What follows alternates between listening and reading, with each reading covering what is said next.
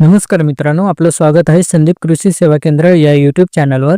आज मी तुमच्यासाठी एक अतिशय महत्त्वाची आणि आनंदाची माहिती घेऊन आलो आहो. महाराष्ट्रातील शेतकऱ्यांच्या दृष्टीने अत्यंत महत्त्वाचा ठरणारा शासन निर्णय नुकताच घेण्यात आला आहे. आतापर्यंत शेतकऱ्यांना त्यांच्या रेशन कार्डवर धान्य मिळत होतं. महिन्याला मिळणाऱ्या या धान्याऐवजी आता थेट शेतकऱ्यांच्या बँक खात्यावर शासन पैसे जमा करणार आहे. हा निर्णय 4 सप्टेंबर 2025 रोजी अन्न नागरी पुरवठा व ग्राहक संरक्षण विभागामार्फत घेतलेला आहे. म्हणजे काल परवा आलेला हा ताजा शासन निर्णय आहे. तर या योजनेचा उद्देश साधा आहे, शेतकऱ्यांच्या हाती थेट आर्थिक मदत पोहोचणे. अनेकदा धान्याचे वितरण करताना अडचणी येतात. कधी दर्जेदार धान्य मिळत नाही, तर कधी त्याचा पुरवठा वेळेवर होत नाही. त्यामुळे शेतकऱ्यांना त्याऐवजी रोख रक्कम देण्याचा निर्णय शासनाने घेतलेला आहे. तर आता रक्कम किती मिळणार? तर जानेवारी 2003 पासून ही योजना सुरू करण्यात आली आहे. तर सुरुवातीला शेतकऱ्यांना प्रति व्यक्ती प्रति महिना 150 रुपये देण्याची तरतूद होती. पण जून 2024 मध्ये शासनाने हा दर वाढवून 170 रुपये प्रति व्यक्ती महिना असा केलेला आहे. म्हणजेच जर एका कुटुंबात 4 व्यक्ती असतील आणि त्यांच्याकडे केसरी रेशन कार्ड असेल, तर त्यांना दर महिन्याला 4 + 170 बरोबर 680 रुपये थेट खात्यावर मिळतील. वर्षभरात अशा कुटुंबाला 8,160 रुपये मिळतील. तर यामध्ये कोण पात्र आहेत? शासन निर्णयानुसार या योजनेत खाली शेतकरी पात्र ठरतील. 1. आत्महत्याग्रस्त शेतकऱ्यांचे कुटुंब. अशा कुटुंबांना मोठी मदत मिळणार आहे. त्यांच्या रेशन कार्डावर प्रत्येक सदस्याला 170 रुपये दर महिन्याला मिळतील. 2. अतिवृष्टीग्रस्त शेतकरी. 2024-2025 या 2 वर्षात अतिवृष्टीमुळे ज्यांचे पिकांचे नुकसान झाले आहे, अशा शेतकऱ्यांना व त्यांच्या कुटुंबाला या योजनेचा थेट लाभ मिळणार आहे. तसंच केशरी रेशन कार्ड धारक शेतकरी. ज्या शेतकऱ्याकडे केसरी कार्ड आहे पण राष्ट्रीय अन्न सुरक्षा योजनेत NFSA 2013 समावेश झालेला नाही, त्यांना आता धान्याऐवजी पैसे मिळतील. तर ती निधी वितरित होणार आहे. शासनाने 90 कोटी रुपयांचा निधी या योजनेसाठी मंजूर केला आहे. त्यापैकी पहिल्या टप्प्यात 45 कोटी रुपये थेट शेतकऱ्यांच्या खात्यावर जमा करण्याचा निर्णय घेतला आहे.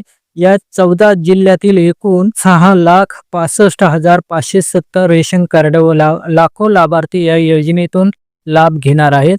तर आपण आता जिल्हे कोणकोणते आहेत ते पाहूया. या योजनेत सध्या 14 जिल्ह्यांचा समावेश करण्यात आलेला आहे.